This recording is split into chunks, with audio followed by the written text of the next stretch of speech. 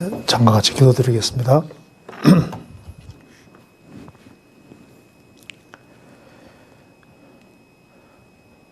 우주 만물을 창조하시고 인간 역사를 주장하시고 경영해 가시는 거룩하신 우리 아버지 하나님, 우리가 알지 못할 때 우리를 먼저 사랑하시고 주 예수 그리스도를 보내주시고 또 주 예수 그리스도의 보배로운 피로 우리의 죄값을 지불해 주시고 구원해 주신 이 크고 놀라운 은혜와 사랑을 인하여 감사를 드립니다.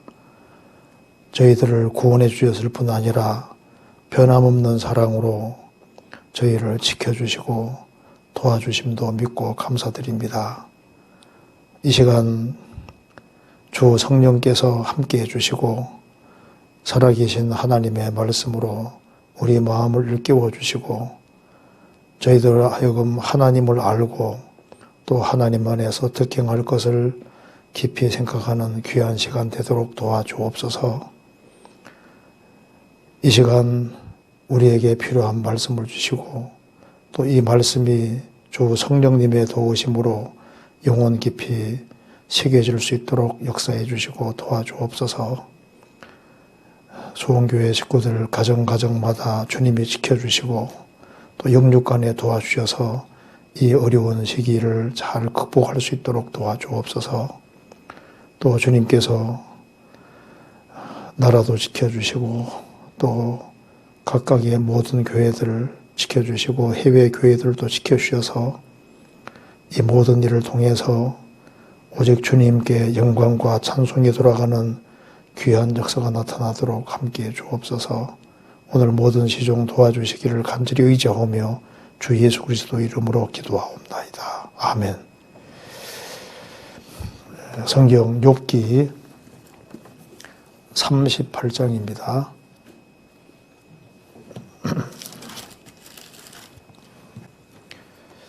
38장 제가 먼저 몇 군데를 읽겠습니다. 1절 때 여호와께서 폭풍 가운데로서 욥에게 말씀하여 가라사대 무지한 말로 이치를 얻게 하는 자가 누구냐?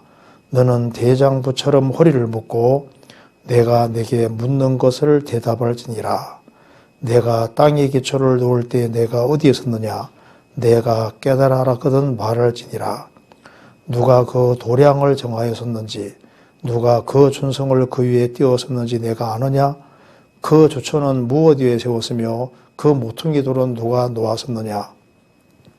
그때 새벽별들이 함께 노래하며 하나님의 아들들이 다 기쁘게 소리하였었느니라. 바닷물이 태에서 나옴같이 넘쳐 흐를 때 문으로 그것을 막은 자가 누구냐? 그때 내가 구름으로 그 의복을 만들고 흑암으로 그 강보를 만들고 계안을 정하여 문과 빗장을 베풀고 이르기를 내가 여기까지 오고 넘어가지 못하리니 내 교만한 물결이 여기 그칠지니라 하였었노라. 내가 나던 날보다 아침을 명하였었느냐?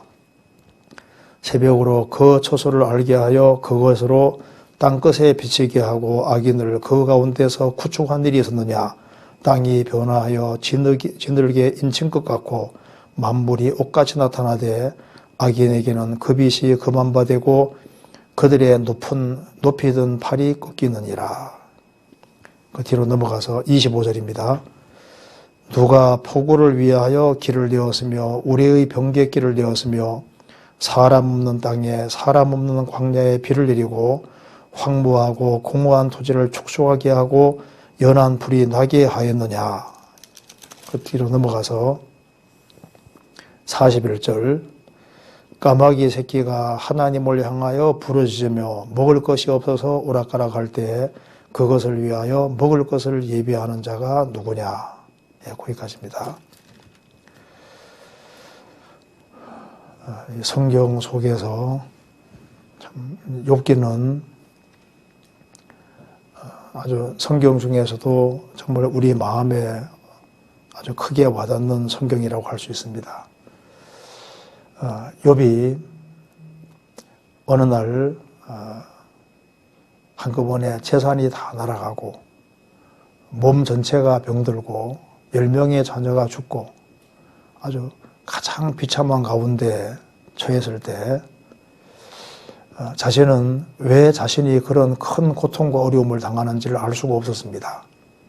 그런데 이제 욥기 38장에서 하나님이 욥에게 직접 나타나셔서 욥에게 쭉 하나님이 자신에 대해서 쭉 말씀하시면서 자신이 하시는 것을 쭉 얘기해 주는 가운데 그 얘기를 듣는 가운데 욥은 마음에 응어리진 문제들이 다 풀려질 수 있었습니다. 욥은 하나님을 잘 아는 사람이었지만은 하나님에 대해서 더 알 필요가 있는 사람이었습니다. 여기 38장 1절에 때 여호와께서 폭풍 가운데로서 욥에게 말씀하여 가라사대 하나님이 폭풍 가운데로서 욥에게 직접 말씀하셨습니다. 무지한 말로 이치를 얻게 하는 자가 누구냐? 너는 대장부릇처럼 허리를 묶고 내가 내게 묻는 것을 대답할지니라. 욥은 하나님에 대해서 상당히 많은 것을 알고 있었지만은 또 모르는 것도 많이 있었습니다. 그래서 하나님께서 무지한 말로 이치를 얻게 하는 자가 누구냐? 너가 하나님에 대해서 안다고 했지만 얼만큼 아는 것이냐? 정말 제대로 알고 있는 거냐 하면서 이제 하나님이 질문을 쭉 하고 계시는 겁니다. 욥기 38장을 보면은 이걸 읽으면서 첫 번째 떠오르는 생각은 하나님은 여기서 우리에게 중요한 것을 알려주고 있습니다. 하나님이 얼마나 크고 위대하신 분인지를 여기서 쭉 말씀을 하고 있습니다. 또 그와 동시에 욥기 38장 끝에 보면은 까마귀의 새끼가 하나님을 향하여 부르짖으며 먹을 것이 없어서 오락가락할 때 그것을 위하여 먹을 것을 예비하는 자가 누구냐? 까마귀의 새끼가 먹을 것이 없어서 하나님을 향해서 부르짖을 때 까마귀의 새끼를 위해서도 먹을 것을 예비하시는 분이 하나님이시다. 그렇게 얘기를 했고 또 26절에는 사람 없는 땅에 사람 없는 광야에 비를 내리신다. 공허한 토지를 축축하게 하신다. 그러니까 사람이 전혀 살지 않는 그곳에도 하나님이 관심을 기울이시고 비를 또 내리시고 그들의 필요를 채워주시고 그리고 이제 까마귀의 새끼도 하나님이 먹이시는 걸 통해서 하나님이 얼마나 위대하신 하나님이신 동시에 얼마나 세심하신 하나님인지를 여기서 잘 말해주고 있습니다. 우리가 이제 생활 살아가는 가운데 내가 어떤 종류의 하나님을 믿고 있느냐 하는 것은 우리 신앙생활에 절대적으로 중요한 겁니다. 책 중에도 당신이 믿는 하나님은 너무 작다 그런 책도 있는데 우리가 믿고 있는 하나님이 얼만큼 크신 하나님으로 정말 믿고 있을까? 내가 하나님을 얼만큼 크게 생각할까? 근데 우리가 믿고 있는 하나님이 너무 작을 수가 있는 겁니다. 나는 하나님을 알고 있다. 그런데 얼만큼 알고 있는지 좀 문제입니다. 그리고 얼만큼 바르게 알고 있는지도 문제예요. 아이들 셋이 이렇게 누구 아버지가 최고냐 열띤 논쟁을 벌이고 있습니다. 그래서 이제 한 아이는 말합니다. 우리 아버지는 누구누구 사장님을 아셔 하니까 또 한 애는 그건 아무것도 아니야. 우리 아버지는 주지사를 아셔. 그래서 그 얘기를 듣고 있던 아버지가 우리 애는 뭐라고 얘기하는가 듣고 있는데 마음에 크게 감동을 받았다고 합니다. 그래서 어쨌다는 거야. 우리 아빠는 하나님을 아셔. 우리 아버지는 하나님을 잘 아신다. 그렇죠? 하나님을 아는 것이 힘입니다. 우리가 구원을 받을 때도 영생은 곧 유일하신 참 하나님과 그의 보내신 자 예수 그리스도를 아는 것이니이다. 영원한 생명을 얻는데도 하나님을 바르게 알고 예수님을 바르게 알므로 영생을 얻은 것처럼 영생 얻고 난 이후에도 하나님에 대해서 더 많은 것을 알 필요가 있습니다. 그래서 특별히 이제 코로나19 사태 때문에 이제 많은 사람들이 죽어가고 있습니다. 이걸 통해서 죽음이라는 건 참 가까이 있구나. 그런데 이제 죽는 것이 문제가 아니라 죽음을 건너가면 천지를 창조하신 하나님, 자기를 만드신 하나님을 만나야 된다는 것이 정말 심각한 겁니다. 죽음이 심각한 것이 아니라 죽음 뒤에 하나님을 만난다는 것이 훨씬 더 심각한 것이 아닐 수 없습니다. 그래서 여기에 우리가 여호와를 알고 힘써 여호와를 알아야 됩니다. 여기 이제 욥기 38장은 하나님이 어떤 분이신지를 잘 설명해 주고 있습니다. 얼마나 하나님이 위대하신 하나님이신지, 또한 하나님이 얼마나 세심하신 하나님이신지를 잘 보여주고 있습니다. 시편 147편에 보면은 하나님은 별의 수요를 다 계수하시고 이름대로 부르시는도다. 별이 얼마나 큰데요. 그 위대하신 하나님이시니까 그 아주 거대한 별들을 다 세고 계시다. 좀 이해할 수 있는데, 하나님은 그 거대한 것에만 관심 있는 것이 아니고 이스라엘 사람 중에 그 상심한 사람들, 고통받는 사람들, 그런 사람들의 상처도 싸매신다. 즉 하나님은 큰 것만 다루시는 분이 아니라 아주 작은 것들, 인생이 신음하고 고통할 때 그것까지 다 관심을 기울이시고 계시는 겁니다. 그래서 여기에 욥기 38장에는 하나님이 어떤 하나님이신지를 설명해 주고 있는데, 욥기 38장 4절에서부터 7절까지는 하나님께서 위대한 건축자라는 것을 얘기하고 있습니다. 그래서 4절에 내가 땅에 기초를 놓을 때 내가 어디 있었느냐, 내가 깨달았든 말할지니라.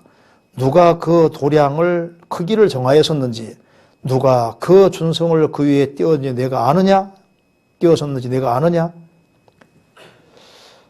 하나님께서 이 지구도 땅에 기초를 놓고 지구의 크기, 달의 크기, 태양의 크기 같은 걸 정하고, 건물 만들 때 그 기울기 같은 거 다 측정하고 거리 다 측정하는 것처럼 하나님이 정확한 법칙과 질서를 가지고 이 지구와 우주를 만들었다는 겁니다. 즉 하나님은 창조주이시고 최고의 건축가라는 것을 앞에서 얘기를 하고 있습니다. 그런데 이제 하나님을 제대로 아는 사람은 하나님은 정말 바르고 좋은 것을 건축하고 만드십니다. 그런데 하나님을 등지는 사람은 결국은 불탈 것으로, 없어질 것으로 그릇된 건축을 하는 겁니다. 그런데 하나님을 바르게 알아가는 사람은 하나님이 위대한 건축가인 것처럼 우리 인생에게 하나님이 뭘 원하시는지도 알 수가 있는 겁니다.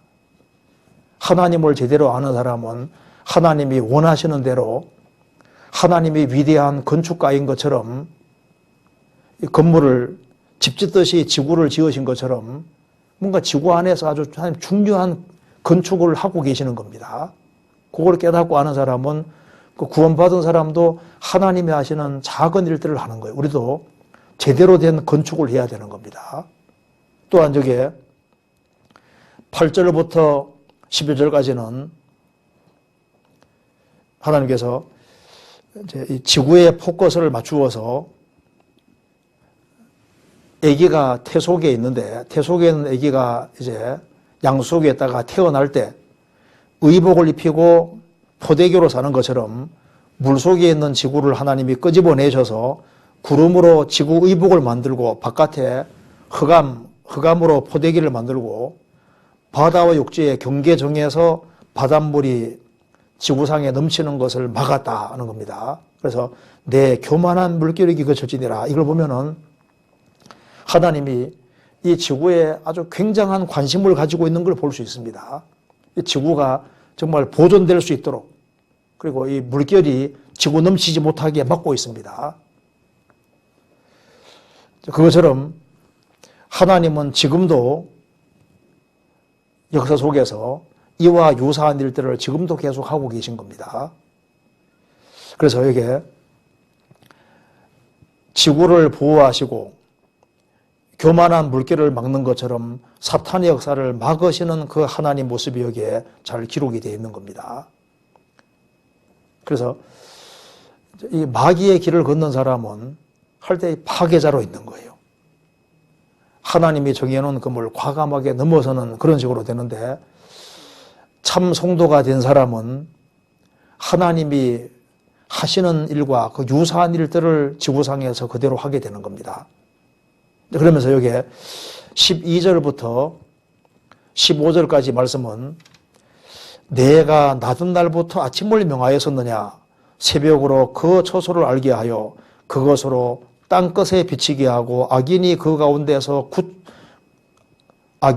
가운데서 구초간 쫓아낸 일이 있었느냐 땅이 변화하여 진흙에 인친 것 같고 만물이 옷같이 나타나되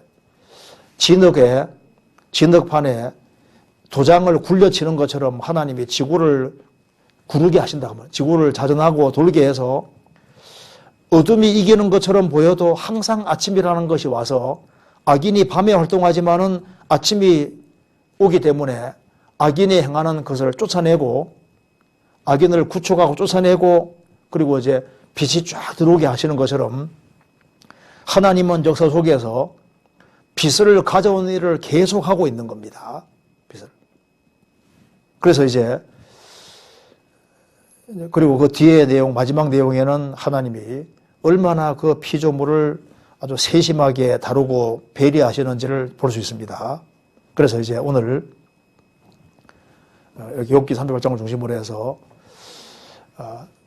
욥기 38장에 나타나신 그 하나님의 모습은 바로 그 위대하신 하나님 모습이 나타나 있는데 아주 이 우주를 창조하신 창조주, 위대한 건축가로서의 하나님 모습이 나타나 있고 또한 이 지구를 아주 하나님께서 사람 살 수 있도록 만드시고 이 지구가 잘 보존되도록 하시고 그리고 이제 교만한 물결을 딱 막는 것처럼 사탄의 역사를 막으시는 그 하나님의 모습이 여기에 나타나 있고 그 다음에 악인이 이기는 것처럼 보여도 계속적으로 빛을 가져오셔서 어둠을 쫓아내는 그런 일을 하는 모습이 나타나 있고 그리고 하나님 만드신 이 세계 속에서 지극히 작은 피조물에도 세세하게 관심 기울이는 그 모습이 나타나 있는데 이걸 잘 보면은 우리가 어떤 모습으로 살아야 될지 뭘 추구하고 살아야 될지를 우리가 볼 수가 있는 겁니다. 그래서 이런 걸 중심으로 한번 좀 말씀을 드려보도록 하겠습니다.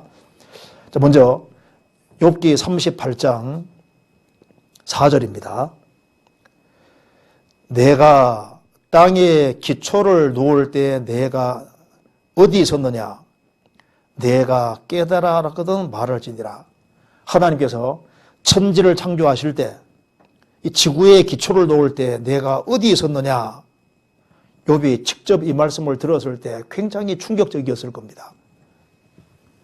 이 대우주를 만드신 하나님이 직접 나타나셔서 내가 이 우주 만물을 창조하고 지구에 너가 밟고 있는 이 땅의 기초를 놓을 때 너 어디 있었느냐?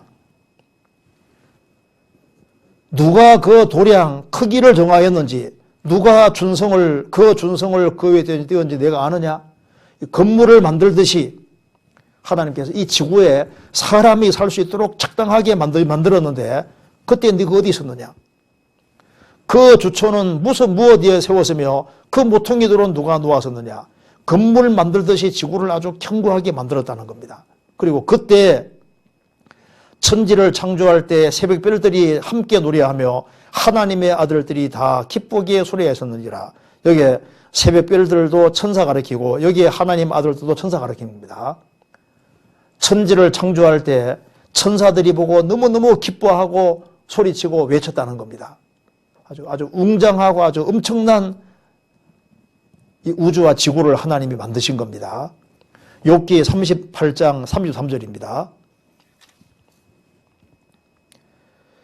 내가 하늘의 법도를 아느냐? 하늘로 그 권능을 땅에 베풀게 하겠느냐? 내가 하늘의 법칙을 아느냐? 천체 법칙을 정하신 분. 케플러는 이 구절을 통해서 천체 법칙을 발견했습니다. 아, 천체의 법칙이 있구나. 케플러 천체 법칙 아시지 않습니까? 그래서 집마다 지은 이가 있는 것처럼 만물을 지으신 이는 하나님이시라. 그래서 여기에 욥기 38장에 하나님이 제일 먼저 알려주는 사실은 내가 누군 줄 아느냐? 나는 이 우주를 직접 건축하신 분이다. 하나님께서 성경 속에서도 어떤 건축을 해왔는지를 자세히 밝히고 있습니다. 이스라엘 민족을 출애굽을 시키셨을 때는 출애굽한 이스라엘 백성을 통해서 1년 동안 성막을 짓게 했습니다. 그 성막은 하나님의 작품인 겁니다. 그리고 다윗 시대 때 하나님께서 엄청난 전쟁을 치르고 해서 물자들을 많이 모으게 하시고 그들이 하나님께 드린 것을 통해서 솔로몬이 성전을 7년 동안 짓습니다. 솔로몬 성전은 하나님의 작품인 거예요. 솔로몬 성전이 파괴되고 스룹바벨이 성전을 지었는데 스룹바벨 성전도 하나님의 작품입니다. 나중에 예수님이 죽으시고 부활하신 이후에 지금 2000년 전에 걸쳐서 하나님이 엄청난 건축을 하고 계신데 그것이 바로 교회라는 겁니다. 너는 베드로라 내가 이 반석 위에 내 교회를 세우리니 음부의 권세가 이기지 못하리라. 이 우주 만물을 창조하는 데는 6일,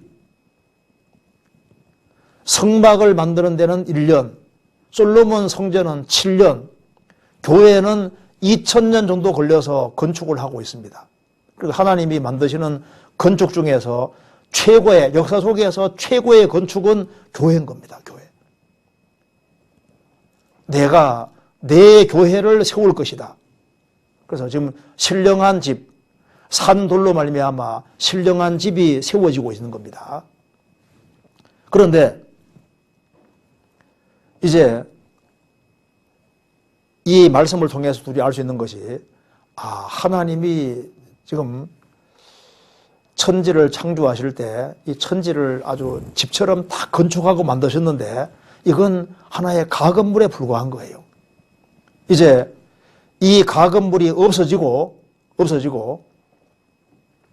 요한계시록 21장에 말한 대로 또 내가 새 하늘과 새 땅을 보니 처음 하늘과 처음 땅이 없어졌고 바다도 다시 있지 않더라. 차원 다른 하늘과 땅을 만들어내는데 이것이 하나님이 만드시는 작품 중에서는 정말 최고의 작품은 천국입니다. 하나님이 하나님을 사랑하는 사람과 같이 살기 위해서 아주 엄청난 건축을 하나 하시는데 그것이 바로 천국이라는 겁니다. 그래서 하나님이 자기를 사랑하는 자를 위하여 예비하신 모든 것은 눈으로 보지 못하고 귀로 듣지 못하고 사람의 마음으로도 생각지 못할 것 같으니라. 사람이 상상할 수 없는 엄청난 건축을 하나님께서 하시는 겁니다. 그 영원한 천국에 들어갈 때 우리 몸도 사실을 성경에 집이라고 표현했는데 흙집인데 이런 집이 아니라 고린도서 5장 보면 뉴 킹제임스 버전에는 우리 육체를 장막집 하우스라 했는데 주님 오시는 그날 우리에게 벼줄 부활의 몸은 빌딩이라고 번역을 해놨습니다. 집과 빌딩은 좀 다르지 않습니까? 그리고 이런 몸이 아니라 이런 집이 아니라 아주 상상도 못하는 아주 엄청난 집을 입혀주시는 거예요. 그래서 여기 이제 하나님은 만드는 걸 참 좋아하시는 분 같아요. 그 생각해 보셨습니까? 하나님께서 이 지구상에 만들어 놓은 거 보면은 이분은 이게 뭘 만드시는 걸 정말 좋아하시는 분인 것 같다. 천지를 창조하시고 이 땅에 온갖 것을 다 만들어 놓으셨는데 정말 하나님은 최고의 건축가입니다. 최고의 예술가고 뭐든 최고는 전부 다 하나님인 거예요. 최고의 수학자, 최고의 미술가, 최고의 음악가, 모든 것에서 최고입니다. 하나님은 무조건 최고인 거예요. 자, 그런데 이제 하나님이 위대하신 건축가인데 인간은 하나님의 형상이고 특별히 구원받은 사람은 하나님의 형상입니다.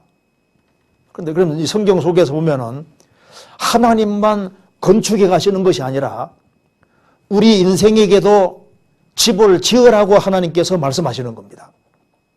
집을 짓되 가장 좋은 집을 지으라고 하나님께서 말씀하시는 겁니다. 그런데 지금 구원받지 아니한 사람들은 생활 살아가는 가운데 하나님께 뭔가 받은 재능이 있어서 뭔가를 건축하고 만들어 가는데 하나같이 쓸데없는 것을 만드는 거예요. 우리 그 수원교회 정병희 목사님이 한번 이런 얘기를 한 적이 있는데요.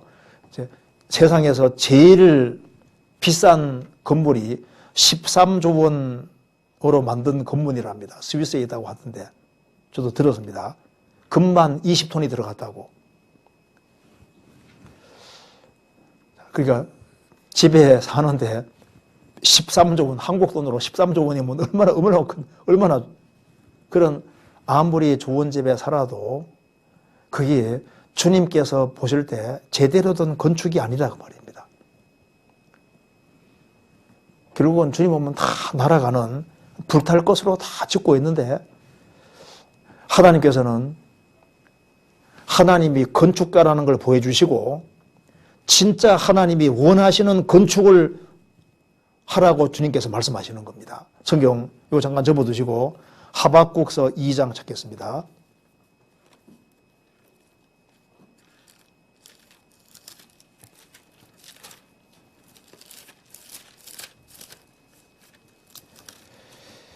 (2장) 13절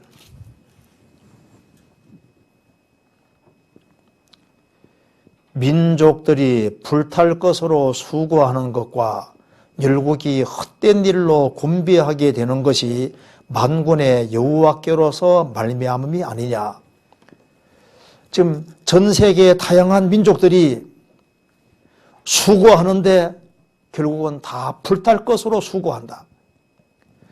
열국이 헛된 일로 곤비하게 되는 것이 열국의 사람들이 세계 사람들이 정말 희생하고 수고하고 고생하고 하는데 다 결국은 보면 헛된 일인 겁니다. 만군의 여호와께로서 말미암음이 아니냐. 하나님을 등진 상태로 되어지는 모든 것은 다 불탈 것이고 헛된 것이 되도록 하나님 프로그램을 그렇게 만들어 놓으신 겁니다. 사람들은 착각 속에 지금 살고 있는 거예요. 자기 집은 영영이 있을 거라 착각하거든요. 나는 인생을 제대로 건축했다고 생각하는데 그게 정말 영원히 남을 건축일 것인가 그걸 생각해 봐야 되는 겁니다. 성경 시편 49편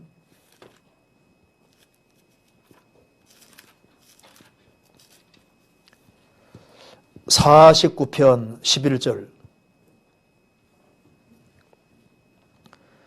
저희의 속생각에 그 집이 영영이 있고 그 거처가 대대에 미치리라 하여 그 전지를 자기 이름으로 칭하도다. 사람은 존귀하나 장구치 못하며 멸망하는 짐승 같도다. 불신자들의 속생각에 자기 집이 영영이 있고 그 거처가 대대에 미치리라 하여 그 밭과 토지를 자기 이름으로 칭하도다. 이것은 내 밭이다. 이것은 내 땅이다.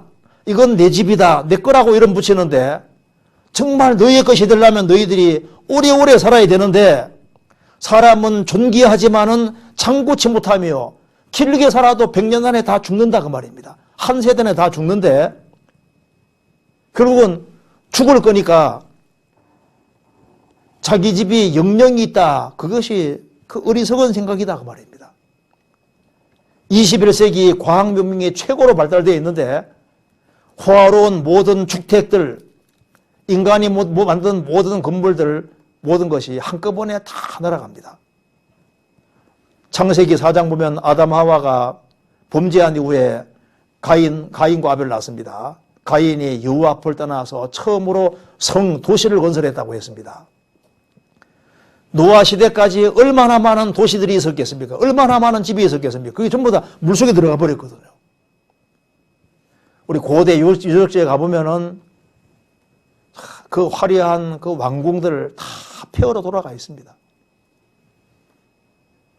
지금 21세기 과학 문명도 서반열장에 말한 대로 하나님이 심판하시는 그날 나팔을 불어 경고하며 견고한 성읍을 치며 높은 망대를 치는 날이로다. 모든 것들이 한꺼번에 다 날아가게 되고 만국의 도시들이 다 무너지게 되는 겁니다. 그런데 어떤 거짓 종교가들은 이렇게 지으면 집을 제대로 짓는다고 얘기를 해줍니다. 그래서 에스겔 13장에 보면은 하나님과 하나님의 계획과 다른 식으로 건축을 하는데 거기다가 회를 딱 칠해줍니다. 아, 잘 돼갈 거라고. 그런데 하나님이 치시면 다 부서진다고 했습니다.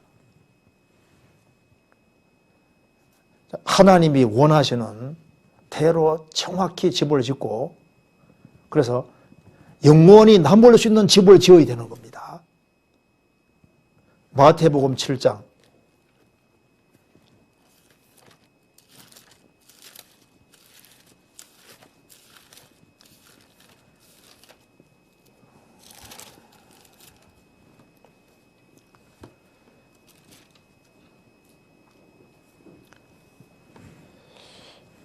24절 그러므로 누구든지 나의 이 말을 듣고 행하는 자는 그 집을 반석 위에 지은 지혜로운 사람 같으니 비가 내리고 창수가 나고 바람이 불어 그 집에 부딪히되 무너지지 아니하나니 이는 주초를 반석 위에 놓은 연고요 나의 이 말을 듣고 행치 아니하는 자는 그 집을 모래 위에 지은 어리석은 사람 같으리니 비가 내리고 창수가 나고 바람이 불어 그 집에 부딪힘에 무너져 그 무너짐이 심하니라.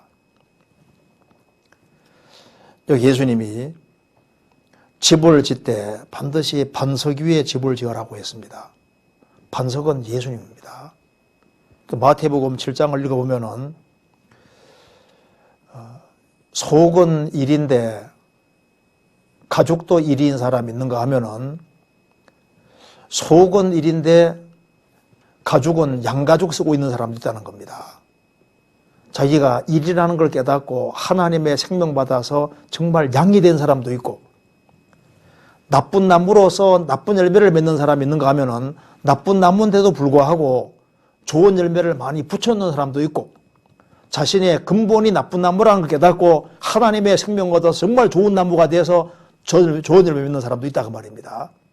아예 모래 위에 집을 안 짓는 사람이 있는가 하면은 모래 위임에도 불구하고 집을 키우고 짓는 사람도 있고, 모래 위에는 아예 집이 안 된다는 걸 깨닫고 정말 반석을 갖추고 반석 위에 집을 짓는 사람이 있다고 말입니다. 그 아버지 뜻이 뭐냐 하면은 양의 탈을 쓰고 있지 말고 이리로 있지 말고 주님의 생명 받아 정말 양이 되라고 말입니다. 자기가 나쁜 나무라는 걸 깨닫고 하나님의 생명 받아 정말 좋은 나무가 되라고 말입니다. 모래 위에는 집이 안 되니까 반석을 아주 확실하게 갖추라.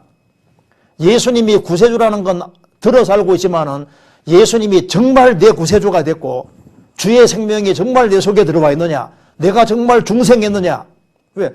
중생이라는 것이 이루어지지 아니하면, 거듭나지 아니하면은 인생은 다 부서나 버리는 거예요. 그건 다 무너지는 집인 겁니다. 그래서 반드시 반석 위에 집을 지어라. 그래서 구원을 받은 사람은 반석을 갖춘 사람입니다.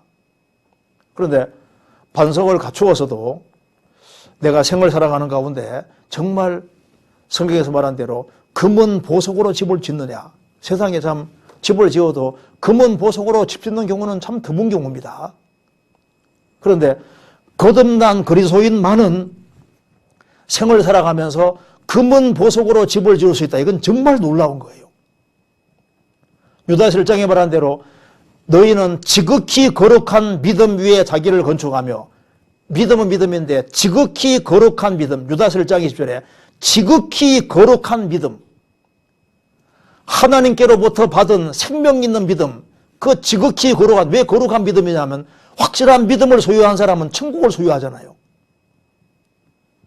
확실한 믿음을 가진 사람은 정말 이 믿음을 성경에서 금이라고 표현했는데 이유가 있습니다. 금만큼 그 값어치 있는 것이 어디 있겠습니까? 믿음만큼 값어치 있는 건 없는 거예요. 그래서 집을 지어야 되는데 집을 짓되 영원히 남을 그런 것으로 집을 지어야 되는 겁니다. 고린도전서 3장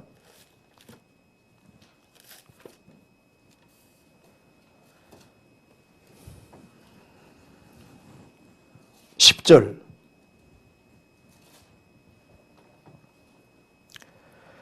내게 주신 하나님의 은혜를 따라 내가 지혜로운 건축자와 같이 터를 닦아두매 다른 이가 그 위에 세우나 그러나 각각 어떻게 그 위에 세우기를 조심할지니라. 이 닦아둔 것 외에 능히 다른 터를 닦아둘 자가 없으니 이 터는 곧 예수 그리스도라. 만일 누구든지 금이나 보석이나 나무나 풀이나 지포로 이 터 위에 세우면 각각 공적이 나타날 터인데 그날이 공적을 밝히리니 이는 불로 나타내고 그 불이 각 사람의 공적이었다는 것을 시험할 것임이니라. 만일 누구든지 그 위에 세운 공적이 그대로였으면 상을 받고 누구든지 공적이 불타면 해를 받으리니 그러나 자기는 구원을 얻되 불 가운데 서던 것 같으리라. 이제 구원받고 난 이후에 어떻게 집을 세울지를 조심하라. 구원받은 사람은 자고 깨고 하는 사이에 무조건 집이 지어지고 있는 겁니다. 하루하루 24시간이 지나가면서 매일매일 무엇인가 집이 지어지고 있는데 내가 집을 제대로 짓고 있는지를 생각해 봐야 됩니다. 우리 지금 동탄교회당도 짓고 있는데 여기 집을 우리 개인이 집을 건축하되 이게 정말 내가 그리스도인의 심판대를 통과할 때 이게 나물 집이냐 아니면 불탈 집이냐 이것에 대해서 아주 신중하게 생각을 해야 됩니다.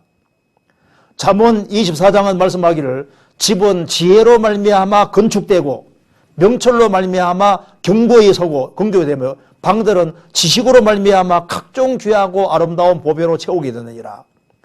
집을 각종 귀하고 아름다운 보배로 채우면 얼마나 좋겠어요. 여기도 말씀하기를 그리스도인만은 금은 보석으로 집을 지을 수 있는 겁니다.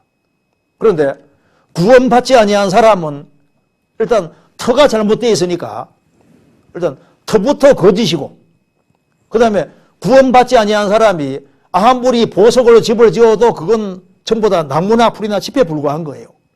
그런데 구원을 받은 사람은 금은 보석으로 집을 지을 수 있다는 것이 이게 얼마나 놀라운 겁니까?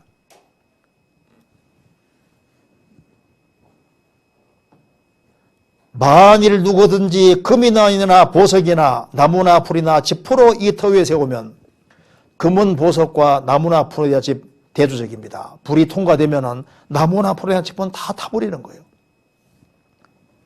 그러니까 이게 금은 보석과 나무나 풀, 집 이것은 나누면 결국은 육신적인 것이냐 신령한 것이냐 주님을 기쁘시게 한 것이냐 슬프시게 한 거냐 주님께 영광이 되는 걸 행했느냐 영광을 가리는 걸 행했느냐 분명히 갈라집니다.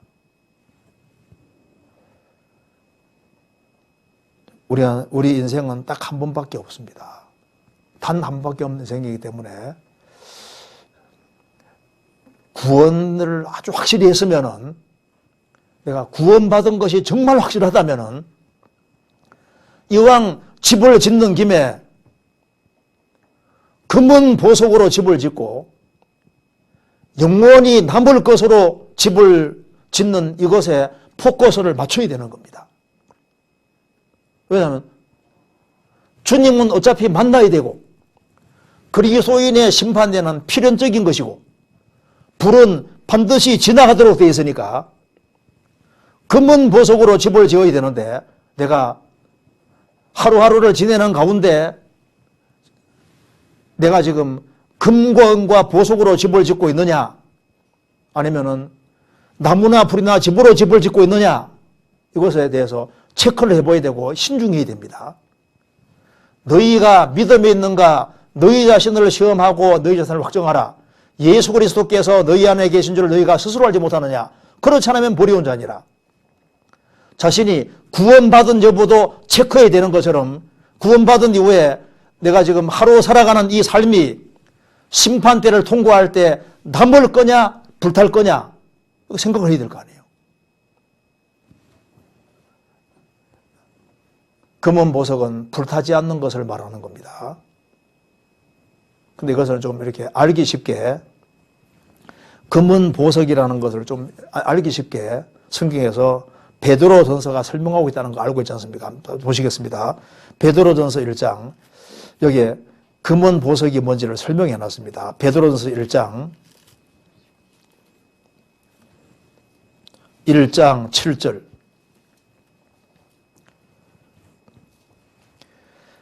너희 믿음의 시련이 불로 연단하여도 없으리를 금보다 더 귀하여 예수 그리스도에 나타나실 때 칭찬과 영광과 존귀를 얻게 됨이니라. 너희 믿음의 시련이 불로 연단하여도 없으리를 금보다 더 귀하여. 여기에 믿음을 금으로 표현을 했습니다. 그래서 금이 불 속에 들어갔다 나오는 가운데 불순물이 떨어지는 것을 믿음이 시련을 통과해서 순수한 믿음이 되는 것으로 표현했습니다. 그래서 구원받는 믿음에서 시련을 통과하는 연단받는 믿음으로, 그래서 믿음이 확실하면 확실할수록 주님 재림하실 때 칭찬과 영광과 존귀를 얻게 되고 상을 얻게 될 것이다. 그래서 우리가 믿음으로 구원받았고 믿음으로 굳게 서고 믿음으로 행하고 믿음으로 이겨나가고, 어떻게 하는 것이 믿음으로 살아가는 거냐? 하나님 말씀 붙잡고 살아가는 것이 믿음으로 살아가는 겁니다. 누가 뭐라 하더라도 하나님 말씀이 그렇다고 하면 그 말씀 붙잡고 말씀 가운데 살아가는 것이 믿음으로 살아가는 겁니다. 그래서 금은 남습니다. 금으로 싸우라고. 금으로 싸우라. 믿음으로 구원받고 보는 것으로 행하지 말고 믿음으로 행하고 하나님 말씀을 붙잡고 조심스럽게 살아가는 이것이 금으로 삼는 것이 될 겁니다. 그리고 바울 욥기 23장에서 얘기했습니다. 나에 관한 길을 오직 그가 하시나니 그가 나를 단련하신 후에는 내가 정금같이 나오리라. 나에 관한 길을 나도 모릅니다. 그렇지만은 그가 하시나니 그가 나를 단련하신 후에는 내가 정금같이 나올 것이다. 그래서 한 개인이 구원을 받고 말씀 가운데 조심스럽게 살아가는 그것이 남는 것이 되는 거니까 내가 말씀 가운데 살고 있는지를 체크를 항상 할 필요가 있는 거예요. 그리고 은은 남습니다.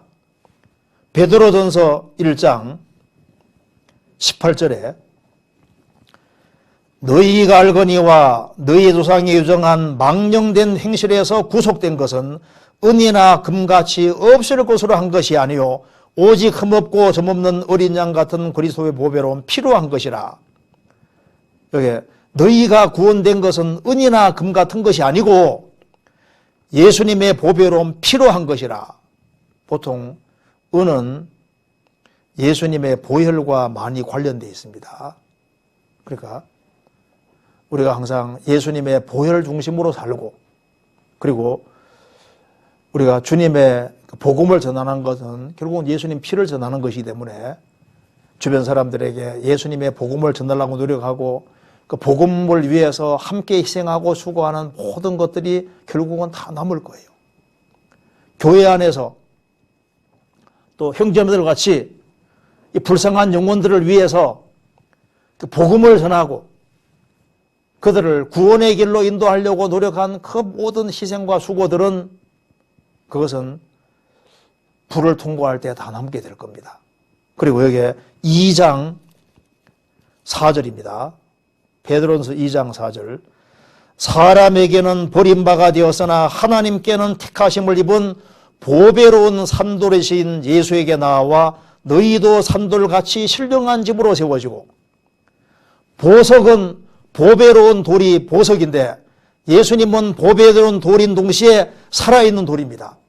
너희도 산돌같이 신령한 집으로 세워지고, 예수님이 보배로운 보석이시고 예수님 피로 구원받은 사람도 산돌인 동시에 그리스도인들도 보석인 보석. 교회는 보석들이 모여있는 곳입니다. 우리가 구원받은 사람에게 잘하는 모든 것들이 다 남을 거예요.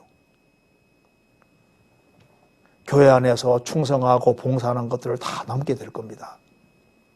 그러면 이걸 보면은 뭐가 안 남는지를 알 수 있잖아요. 믿음으로 행치 아니하고 보는 걸 쫓아가고 하나님 말씀 벗어나서 행하는 것이 그게 남을 리가 없잖아요. 은으로 쌓으라고 했는데 복음을 제껴놓고 복음 중심이 아니고 다른 것이 중심이 되어 있으면 그 인생이 남겠냐 그 말입니다.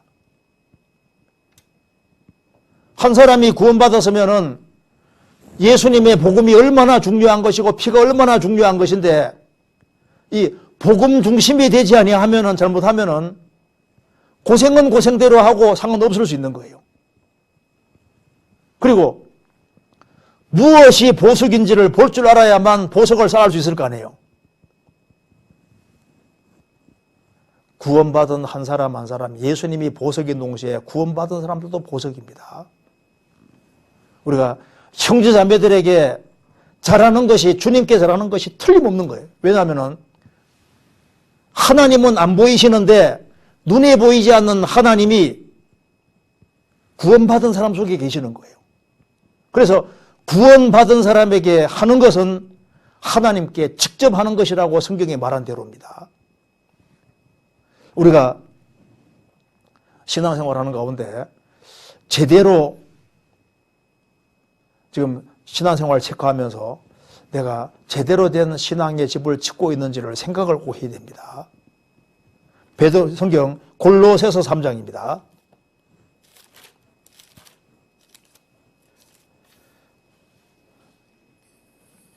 3장 18절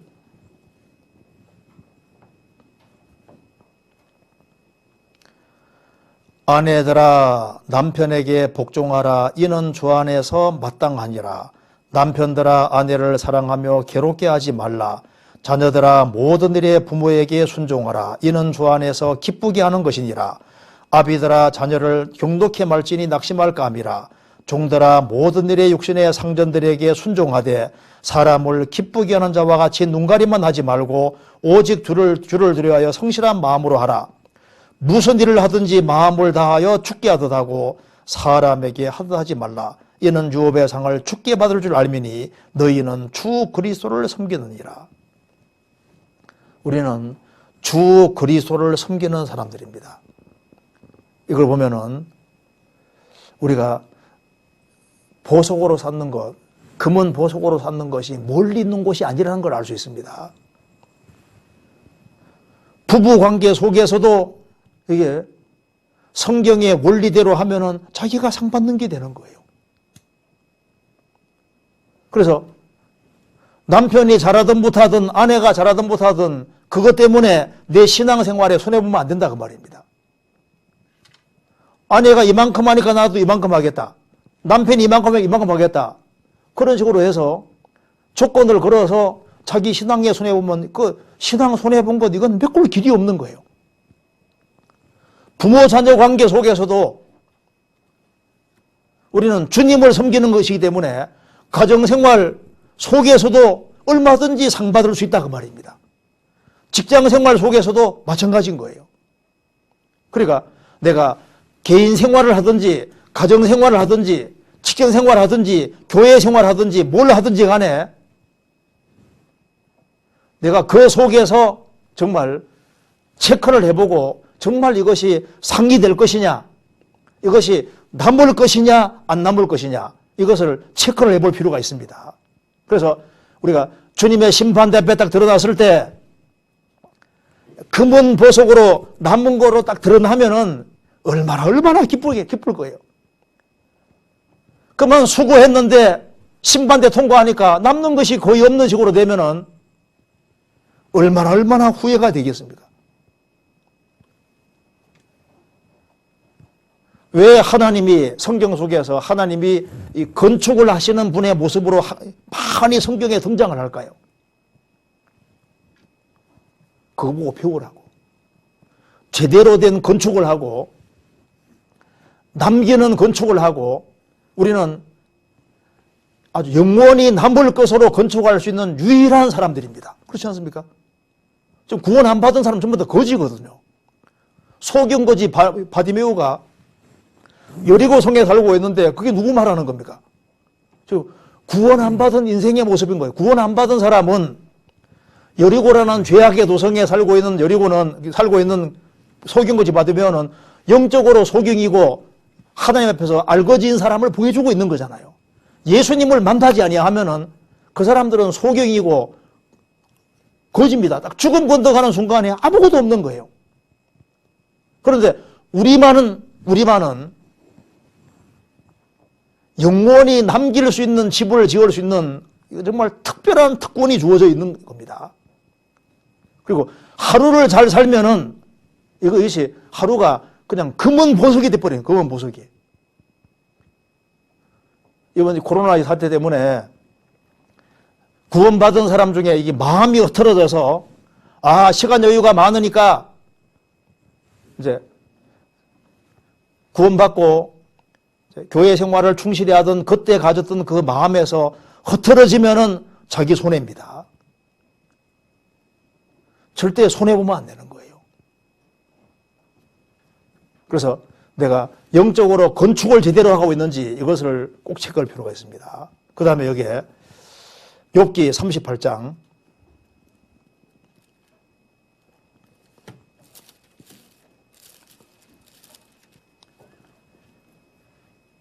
8절 바닷물이 태에서 나옴같이 넘쳐 흐를 때 문으로 그것을 막은 자가 누구냐? 그때 내가 구름으로 그 의복을 만들고 흑암으로 그 강보를 만들고 계한을 정하여 문과 빗장을 불고 이르기를 내가 여기까지 오고 넘어가지 못하리니 내 교만한 물결이 거칠지니라 하였으노라. 지구를 애기와 비교하고 있는 장면입니다. 양수 속에 있는 애기가 자라면은 양수 터뜨리고 나오면은 물 속에 있는 애기가 나옵니다. 나오면은 목욕시키고 의복을 다 입히고 포대교로 사는 것처럼 창세기 1장 보면은 최초의 지구는 물 속에 있었는데 물 속에 있는 지구를 하나님 딱 끄집어내서 바다 육지를 나누시고 의복 입히듯이 구름을 입히고 흑암 싸듯이 바깥에 포대기 싸듯이 흑암으로 쌌다고 말입니다. 그리고 바닷물이 지구상에 넘치지 못하게 하기 위해서 교만한 물결이 여기 거칠지니라. 이걸 보면은 여기서 우리가 딱 눈에 띄는 것이 하나님은 아기가 태어나는 것처럼 이 지구를 탄생시켜서 어머니 아버지가 아기가 태어나면 의복 입히고 포대기 탁 싸는 것처럼 보호하고 있는 것처럼 하나님이 지구를 보호하고 있는 모습을 보여주고 있습니다.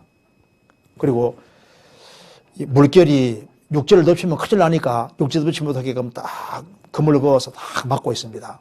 한계를 두시는 하나님 모습을 보여주고 있습니다. 물결이 오되 여기까지 오고 넘어가지 못할지니라. 그런데 여기에 물결 앞에 교만한 물결이라 써놨지 않습니까? 왜 물결을 교만한 물결이라 했을까요? 성경에서 보통 사탄의 역사가 물결로 많이 표현됩니다. 사탄이 이 지구상의 역사에도 하나님이 한계를 딱 두시고 여기까지 한계 두십니다. 하나님께서 세계적인 홍수가 오는 것도 노아가 방주를 지을 때까지는 딱 막으셨습니다. 하나님께서 이 지구상에 7년 환란이 오게 하시기 전에 교회가 완성될 때까지는 환란을 막으십니다. 하나님께서 지금도 사탄 역사를 막고 있는 거예요. 내 교만한 물길이 지구 덮치면 안 되니까 여기까지 오고 이방인의 때가 차기까지 예루살렘은 이방인이 밟히고 이방인의 충만한 수가 들어오기까지 유대인들을 들어가 완악하게 됐다고 했습니다. 여기까지 언제까지냐 하면은 주님 역사가 이루어질 때까지는 딱 막고 있는 거예요.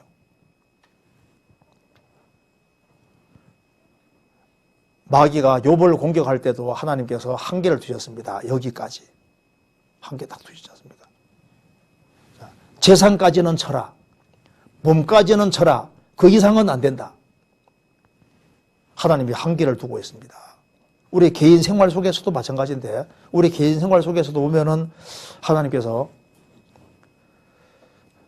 여기까지 한계라는 걸 딱 두십니다.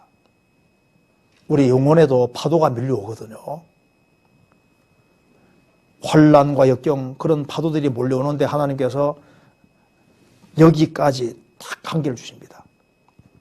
코로나도 여기까지 한계라는 게 다 있는 거예요.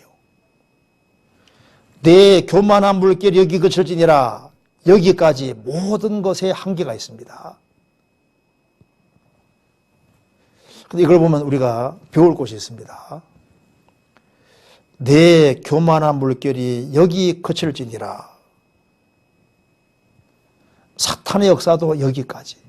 하나님이 사탄의 역사를 이렇게 지구를 보호하고 물결을 막는 것처럼 사탄의 역사를 딱 막고 계시잖아요. 하나님이 막는 자입니다.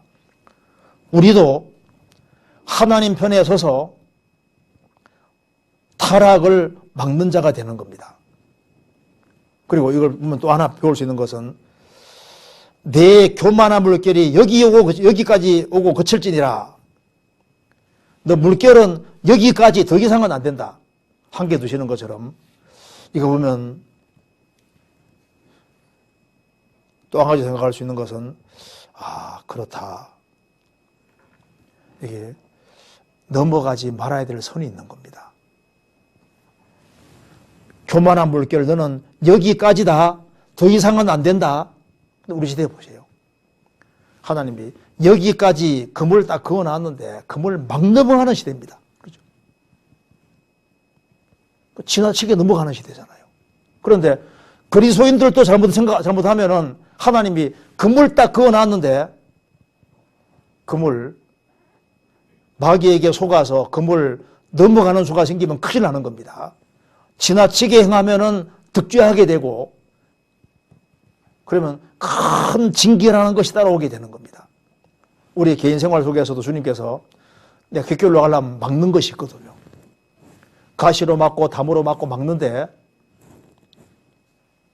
너무 넘어가면은 하나님이 참으시다가 딱 도를 넘어가면은 하나님이 그 다음에 조처가 들어가는 겁니다. 여기까지 우리 신앙생활 속에서도 내가 이러다가 하나님 앞에 아주 얻어맞지 이러다는 얻어맞지 그래 하다가 딱 한계 넘어서면 그대로 실제로 징계라는 것이 올 수 있지 않습니까?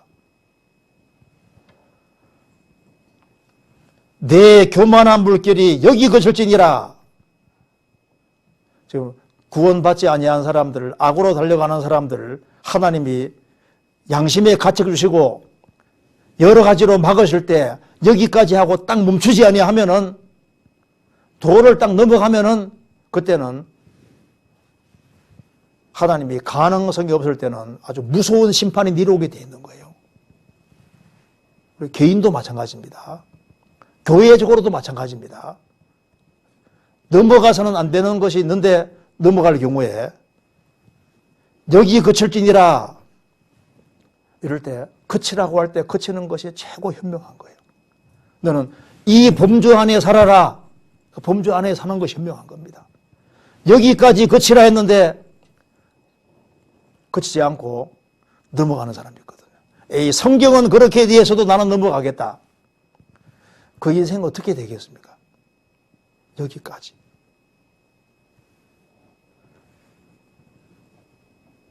그래서 이게 앞부분은 하나님이 위대한 창조주라는 걸 말하는 동시에 위대한 건축가라는 걸 말하고 그 다음은 하나님께서 이 지구를 보호하시고 사탄의 역사를 막으시고 죄를 막으시는 그 하나님 모습을 여기에 보여주고 있는 거예요. 그리고 그 다음에는 뭘 보여주냐면은 12절에 이게 참 중요합니다. 12절에 내가 나던 날부터 아침을 명하였었느냐 새벽으로 그 처소를 알게 하여 그것으로 땅끝에 비치게 하고 땅끝입니다. 땅끝에 비치게 하고 악인을 그 가운데서 구축한 일이 있었느냐 땅이 변화하여 지늘게 인친 것 같고 만물이 옷같이 나타나되 악인에게는 그 빛이 그만바되고 그들의 높이던 팔이 꺾이느니라. 악인들은 보통 밤에 활동합니다. 그 악인이 이제 막 악을 막 행하려고 막 설치고 다니는데 그만 해가 떠오르려고 하잖아요. 해를 붙잡아 매고 이게 안 떠오르면 좋겠는데 여지없이 그냥 해는 떠오르고 환하게 밝을 때 도둑놈들 그 악한 인들은 또 싹 물러가잖아요. 하나님은 역사 속에서 악인이 밤에 활동을 하는데 밤을 계속 주면 지구가 어떻게 되겠습니까? 그래서 하나님께서는 지구를 계속 돌려서 자전시켜서 이제 아침이 오게 만드신다 그 말입니다. 그래서 여기에 내가 나던 날부터 아침을 명하였느냐, 밤이 지나면은 아침이 오도록 그렇게 정하신 분이 바로 하나님이시다 그 말입니다.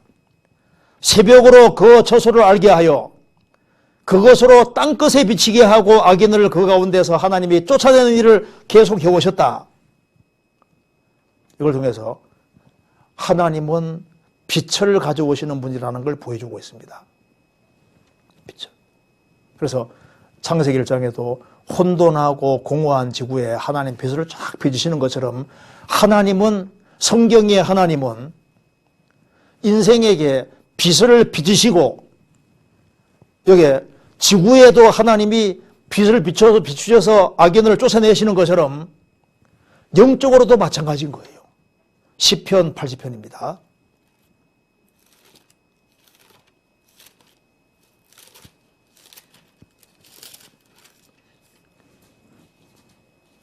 (80편) 1절입니다. 요셉을 양떼같이 인도하시는 이스라엘의 목자여 귀를 기울이소서. 그룹 사이에 자정하신 자여 빛을 비추소서. 요셉을 양떼같이 인도하는 이스라엘 목자여 귀를 기울이소서. 그룹 천사들 사이에 좌정하신 자여 빛을 비추소서. 혼돈하고 공허한 지구, 캄캄한 지구에 빛이 있으라. 그래서 이 캄캄한 흑암만 있는 곳에 빛이 있으라. 그 하나님께서 이 캄캄한 우리 마음에 영혼에 빛을 가져오시는 겁니다. 그래서 아담이 범죄하기 전에는 영혼이 항상 밝았는데, 아침이었는데, 이게 죄를 짓자마자 아담은 어둠에 떨어졌고 아담 안에 속한 모든 사람은 아담 안에서 평생 어두운 데 지내고 살아가는 겁니다. 전도서 5장.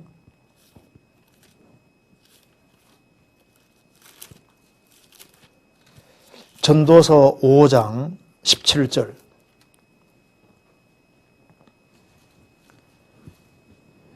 일평생을 어두운 데서 먹으며 번뇌와 병과 분노가 저에게 있느니라. 일평생을 어두운 데서 먹으며, 구원 안 받은 모든 사람은 일평생 먹고 살아가는데 그 속에 번뇌와 병과 분노가 있는데 어두운 데서 먹는다. 아담 안에 속한 모든 사람은 스스로 빛을 얻었다고 하지만은 결국은 다 알고 보면 다 어둠이에요. 아담 안에 속한 모든 것은 다 어둠이고 영원한 어둠으로 들어갑니다. 그런데 아침을 명하고 아침을 오게 하시는 분이 하나님이십니다. 그래서 우리의 삶에서도 하나님은 아침을 가져오시는 분입니다. 그래서 밤이 있지만은 지구는 돌아서 결국은 아침이 오는 것처럼 창세기부터 요한계시록까지 아담 안에 있다가 주 안에 들어온 사람은 하나님이 항상 어둠에서 빛이 오게끔 항상 만들어 가십니다. 그래서 요셉이라는 사람은 17살 나이에 형들의 미움받아서 에집트에 팔려갑니다. 그는 13년 동안 어둠에 처했습니다. 그는 캄캄한 감옥에도 들어갔습니다. 그런데 그가 에집트에서 얼마나 고생했겠어요. 그런데 하나님이 13년이 지난 이후에 꿈꾸는 걸 통해서 그를 다 끄집어내서 그 인생에 뭘 주셨습니까? 빛이 있어라. 요셉은 13년 동안 어둠이 왔지만은 하나님은 지구를 돌려서 반드시 악인 쫓아내고 그리고 지구상에 아침을 가져오고 새벽 가져오고 빛을 가져오시는 것처럼 우리 인생도 마찬가지다 그 말입니다. 욥의 인생이 밤이었지만은 하나님께서 인생을 아침으로 확 바꾸셨지 않습니까? 지구는 돕니다. 아침은 오게 되어 있습니다. 욥이라는 사람 인생도 마찬가지잖아요. 욥은 정말 하나님과 화창한 날들이 많았는데 인생의 어두운 밤이 왔습니다. 그런데 하나님이 그 욥이라는 사람 인생의 어둠을 굳혀가시고 나중에는 완전히 회복시켜 주지 않습니까? 욥기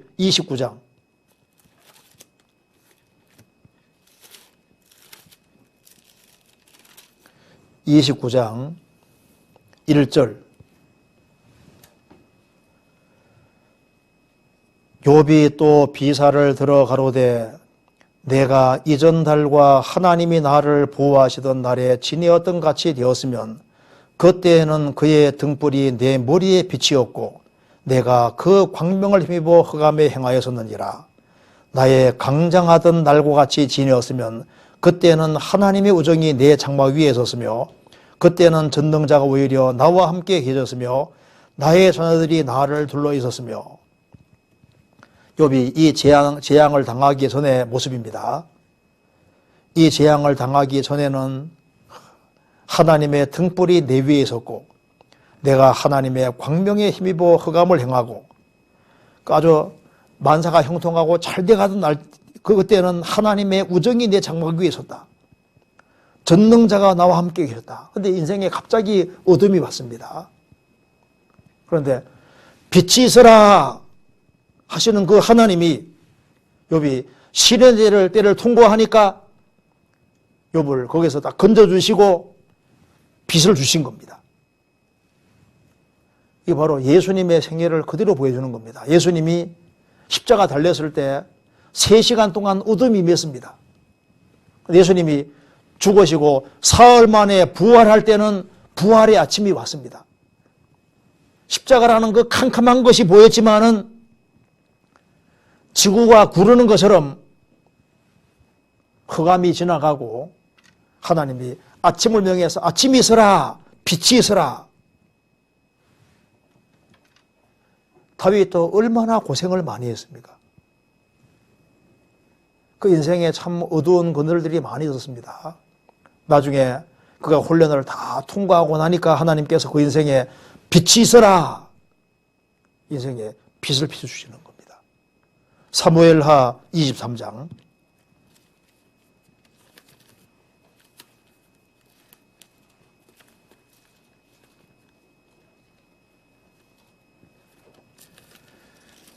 다윗은 이렇게 얘기를 하고 있습니다. 3절에 이스라엘의 하나님이 말씀하시며 이스라엘의 바위가 내게 이르시기를 사람을 공의로 다스리는 자 하나님을 경외함으로 다스리는 자요.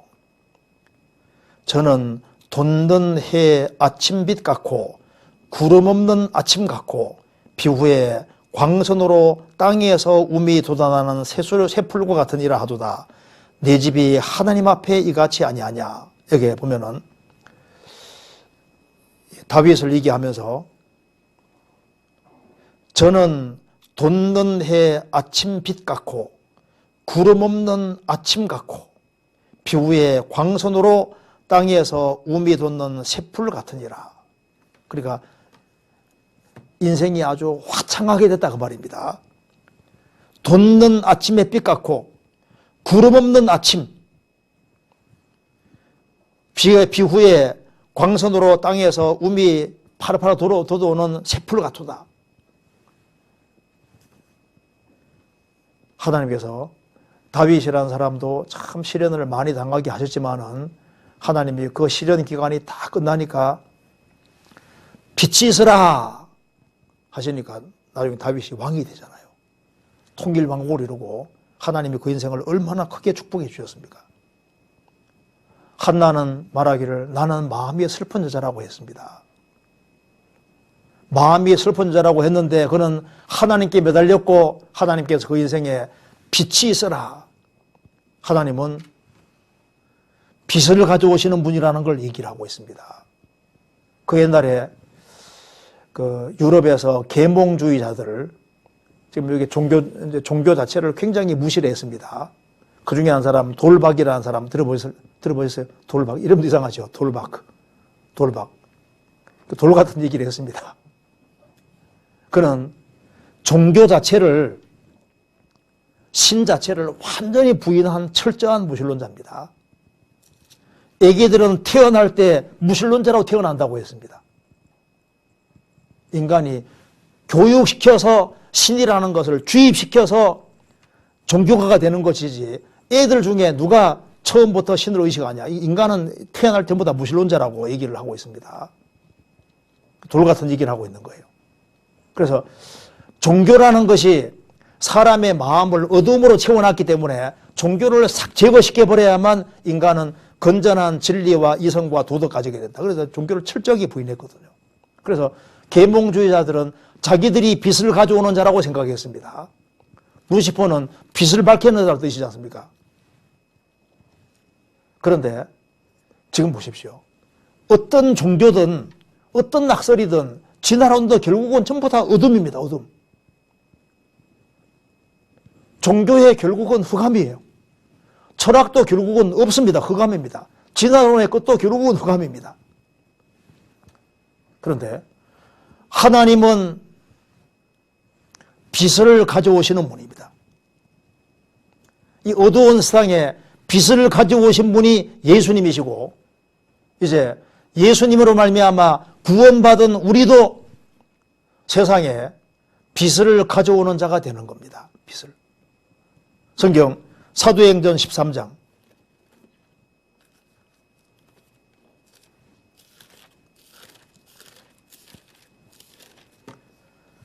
13장 47절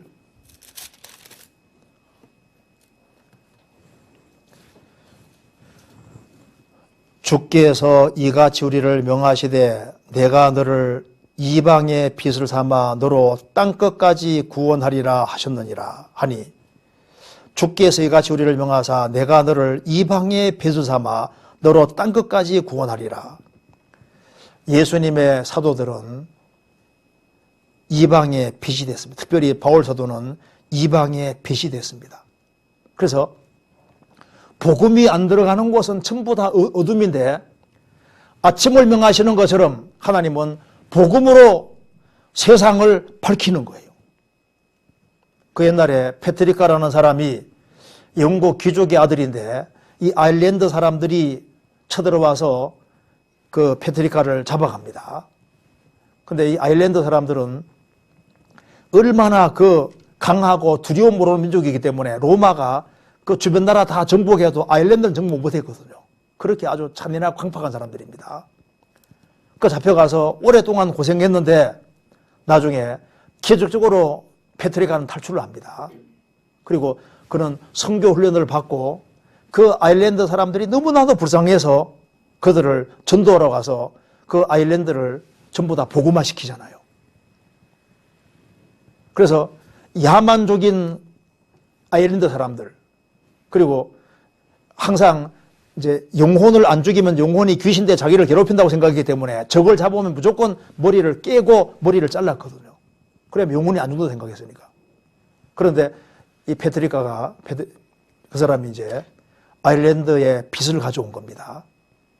그래서 로마 제국이 망했을 때 아일랜드는 복음이 있는 곳이 됐고, 거기에서 훈련받은 사람이 이제 콜룸바라는 사람인데, 이 콜룸바가 스코틀랜드에 전도를 갈 때 12명의 사람들을 데려가서 배에 내리자마자 배를 불태워버리잖아요. 그리고 우리가 스코틀랜드를 전도하지 못하면 우리는 못 돌아간다. 그래서 스코틀랜드에 빛을 가져온 겁니다. 중국이라는 나라에 선교한 사람이 허드슨 테일러인데, 그 허드슨 테일러가 복음을 가져가서 중국에 빛이 들어오게 된 거예요. 아프리카에 빛을 가져온 대표적인 사람이 시티스트다라는 사람입니다. 그리고 우리나라에도 마찬가지입니다. 우리나라에도 복음의 빛을 가져온 사람들이 바로 선교사들입니다. 아프리카 그 우간다의 헤딩턴 감독은 이제 아프리카 사람을 전도하러 갔는데, 식인종들에게 전도하러 갔는데 잡아 먹혀버리지 않습니까? 그 두 아들이 다시 훈련받아서 그 자기 아버지를 죽인 그쪽으로 들어가서 복음 전했습니다.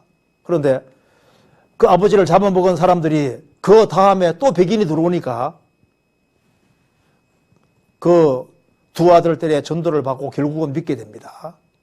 나중에 알아보니까 혜은 감독이 죽을 때 예수님은 원수를 사랑하라고 했습니다. 그 말을 계속 이제 반복하면서 있지 않습니까? 조용하게 잡아먹겠다고 하잖아요.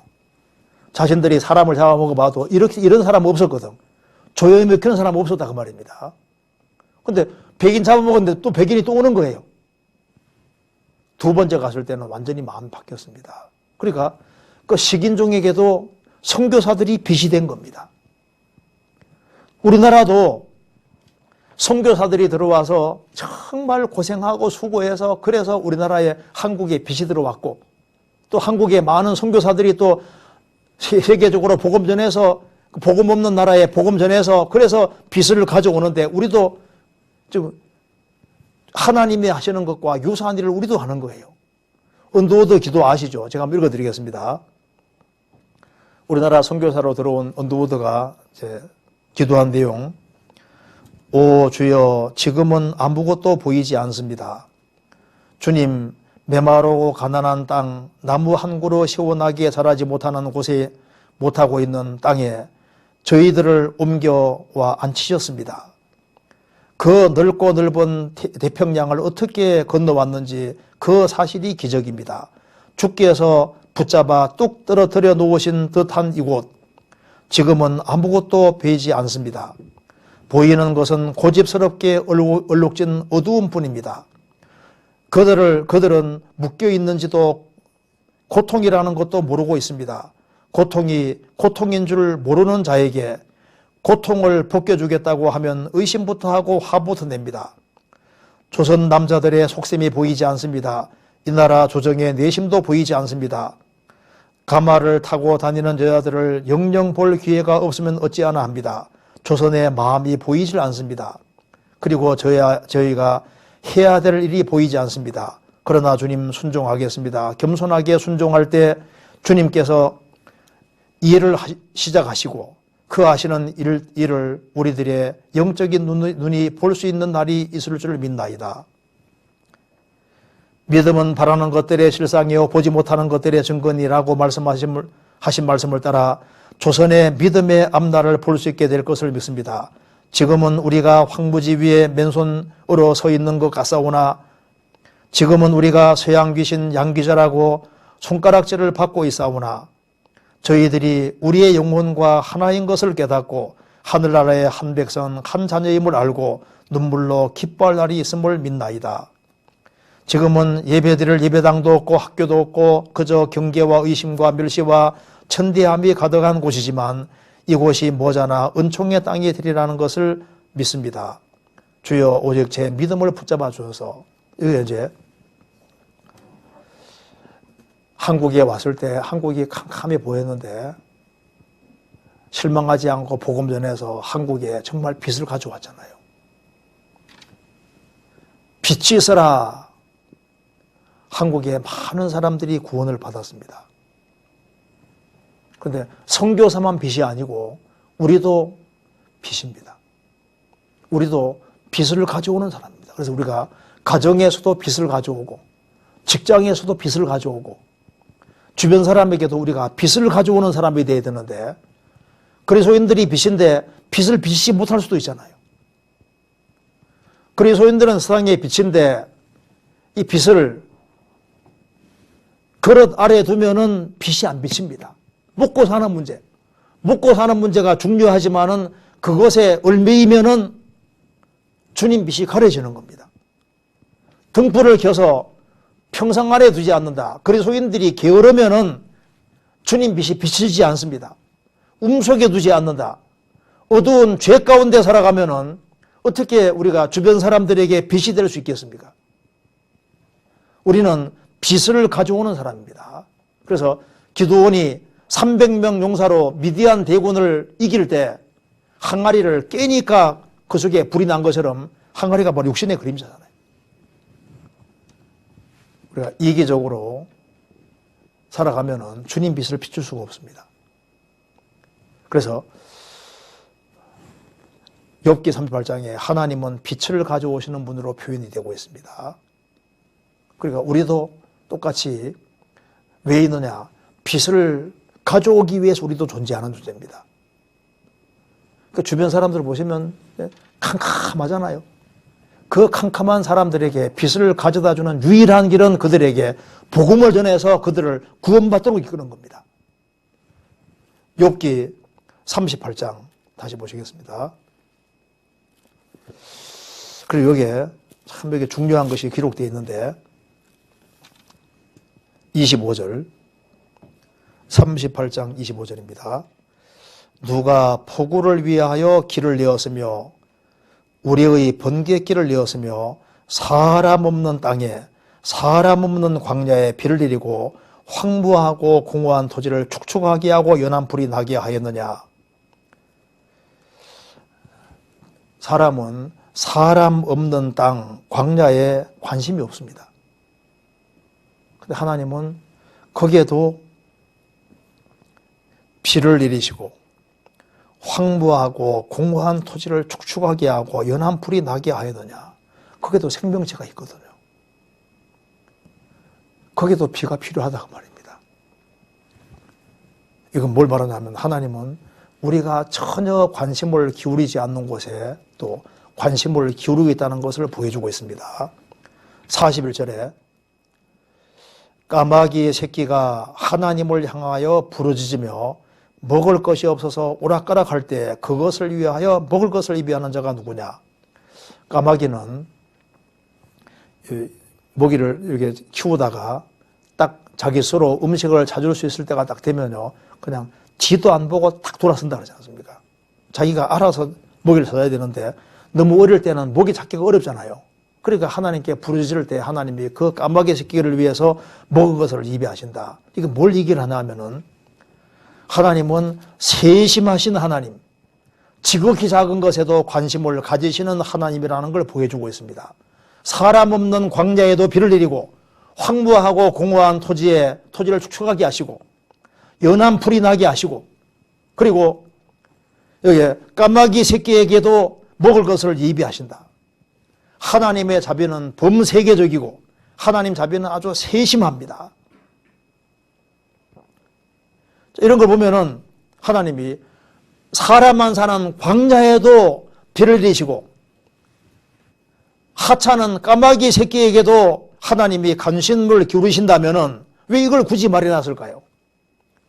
사람이 얼마나 더 귀하냐. 하나님이 사람 저 하나도 안 사는 광야에도 하나님이 그걸 기억하시고 비를 내리시고 까마귀 새끼가 하나님을 향해서 부르짖을 때 그것을 위해서도 먹을 것을 예비하시는 분이 바로 하나님이신데 하찮은 그런 것도 관심을 기울이신다면 하물며 구원받은 사람은 얼마나 더 귀하게 보시겠냐고 말입니다. 지금 여기 코로나 때문에 경제적으로 어려울 수도 있고 많은 문제들이 있을 수 있는데 하나님은 나를 생각하지 않고 있을까? 생각하고 계실까? 너희는 많은 참새보다 귀하니라. 우리는 까마귀 새끼보다 훨씬 귀한 존재들입니다. 마태복음 10장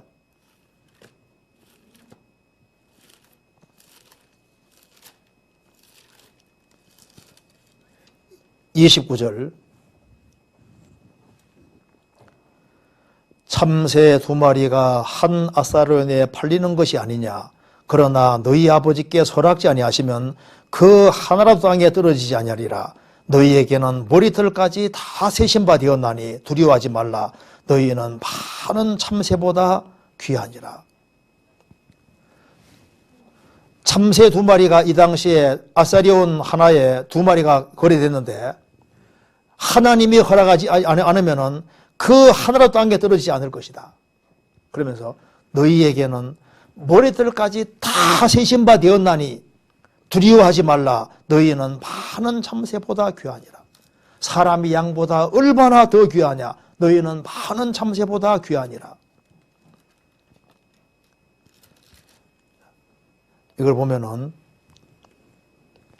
하나님이 광야 사람이 안 사는 곳에도 비를 다 내리시고 축축하게 하시고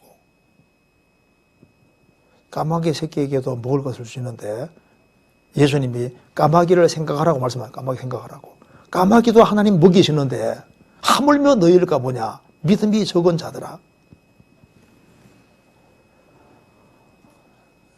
이걸 보면은 하나님이 정말 세심하고 지극히 작은 것에 다 관심을 가지시고 그렇게 하다면은 불신자인 사람도 하나님이 다 관심을 기울이시고 그들을 구원시키려고 한다면은 하나님의 아들이 된 우리는 하나님께서 얼마나 더 세심하게 관심을 가지시고 우리를 돌봐주고 계시겠냐 그 말입니다. 그런데 이제 이걸 보면은 우리도 배워야 될 것이 있습니다. 주님은 세세한 것에도 다 관심을 가지고 있습니다. 까마귀 새끼에게도 관심을 가지고 계시잖아요. 그런데 사람이 하나님을 등지고 살면 살수록 이기적이 됩니다. 그런데 하나님께서 이런 걸 써놓으신 이유가 뭐냐면은 하나님께서 사람을 얼마나 크게 생각하는지를 여기에 설명해 주려고 하는 겁니다. 그래서 우리는 이제 구원을 받았으면은 뭘 생각해야 되냐면은 세상에서 제일 귀한 것이 사람이라는 걸 생각해야 됩니다. 왜 하나님이 여기에 이런 까마귀 새끼 이런 걸 얘기를 왜 하고 있냐 하면은 그러니까 나는 사람을 더 생각한다는 걸 설명해 주려고 하는 거예요. 그런데 많은 사람들이 별로 중요하지 않은 곳에 관심을 너무 많이 기울이거든요. 그 신문에 나오더라고요. 베토벤이 숨지기 1년 전에 한 친구에게 머리카락 한 줌을 줬답니다. 워낙 유명한 사람이니까 한 줌 줬는데 그것을 작년인가 경매했는데 머리카락 한 줌 경매했는데 5,100만 원에 거래됐다고 합니다. 그럼 머리카락 뭐하러 샀는지 모르겠는데 우리 시대 보시면요. 별로 중요하지 않은 곳에 너무 신경을 많이 쓰거든요. 그런데 사물에 치우치고 사람에 대한 관심이 적어지고 있다니까요. 하나님의 최고의 관심은 분명히 사람입니다. 욥기 7장.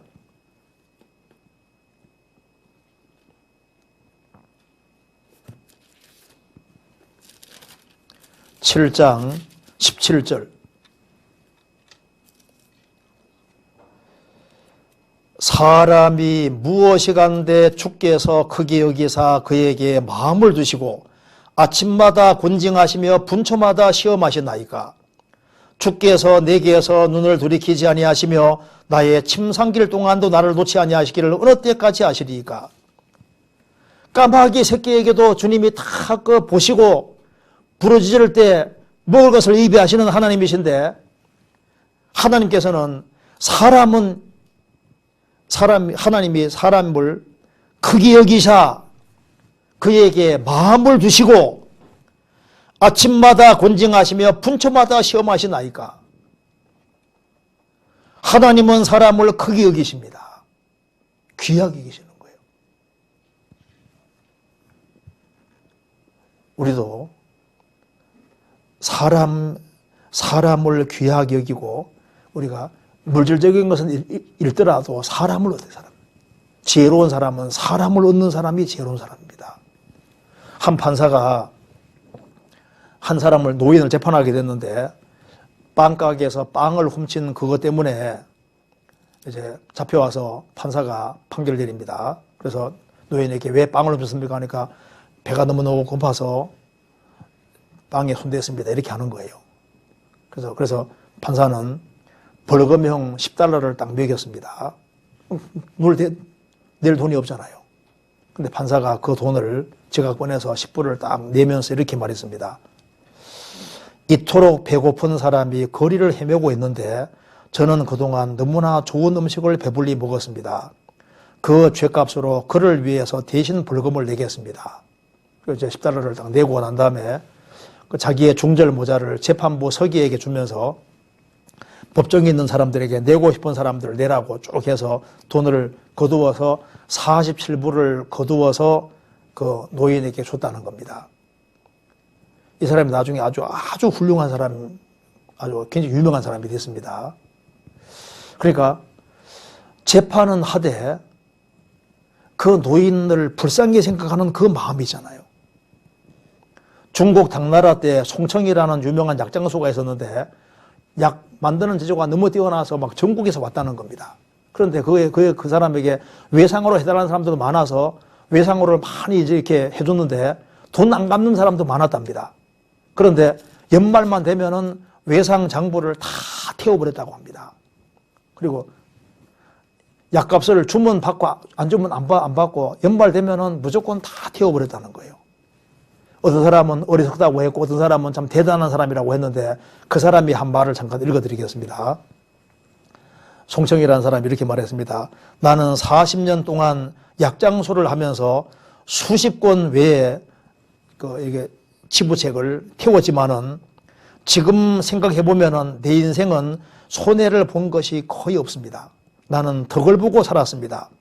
약값을 떼어먹은 사람도 있었지만은 나중에 출세해서 약값보다 훨씬 더 많은 은혜와 보답을 하는 사람도 있었습니다. 한평생 선을 베푸는 것이 손해보는 장사만은 아니었습니다. 내 인생은 결코 손해보지 않았습니다. 그러니까 어려운 사람에게 그냥 약을 지어주고 외상장부 달아놓고 그래서 이제 돈 있는 사람은 가져오고 없는 사람은 안 가져와도 그냥 다 치부책을 불태워버렸는데 돌이켜보면은 손해본 것이 아니었다고 말입니다. 구원을 안 받은 사람도 이렇게 하는 사람들 있잖아요. 한 번은 마하트마 간디가 기차를 막 탔는데 신발 하나 떨어뜨린 거예요. 근데 기차가 이제 떠났기 때문에 다시 주울 수가 없습니다. 그러니까 얼른 신발 가지고 탁 던졌다고 하잖아요. 나머지 신발을.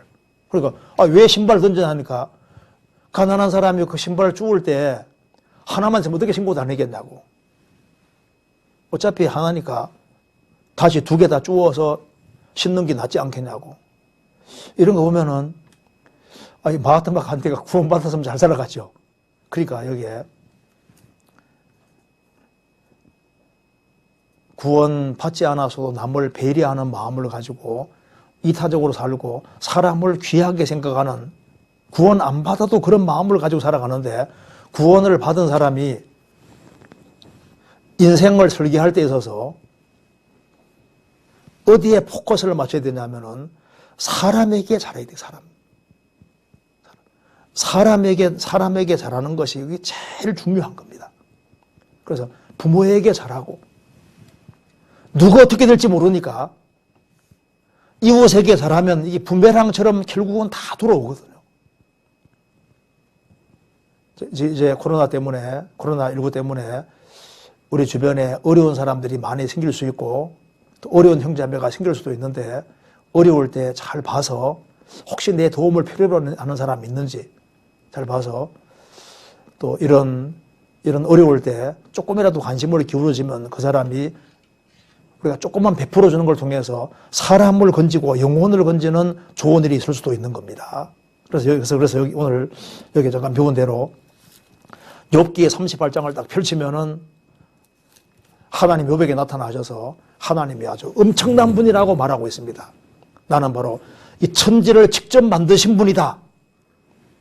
그리고 이 지구를 만드신 분이고 이 바닷물이 지구상에 넘치지 못하게 막은 분이다. 그리고 지구를 매일매일 돌려서 어둠을 쫓아내고 빛을 가져오는 분이다. 큰 것을 쫙 얘기를 하면서 그까지는 이해가 되는데 그러면서 나는 그것만 신경 쓰는 것이 아니고 저 광야에 사람 안 사는 곳에도 내가 비를 다 내리고 까마귀 새끼에게도 내가 먹이를 주는 분이다. 그러니까 하나님은 위대하신 분인 동시에 세심하신 분이고 큰 분인 동시에 작은 것까지 다 관심을 기울이고 있는 분이다. 이런 것을 주님께서 우리에게 말해주고 있습니다.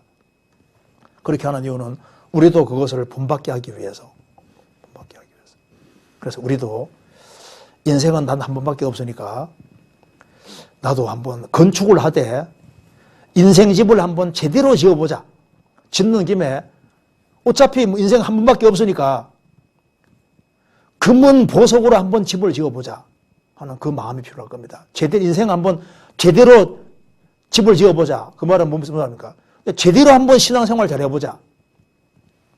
그럼 제대로 신앙생활 잘하는 것이 뭘까요? 자신을 지키면서 주님이 지구상에 빛을 가져오시는 것처럼 우리도 주변 사람들에게 제대로 된 빛을 전해주는 그런 사람이 되어야 되는데 제대로 된 빛을 전해주는 쪽이 인생입니다. 인생.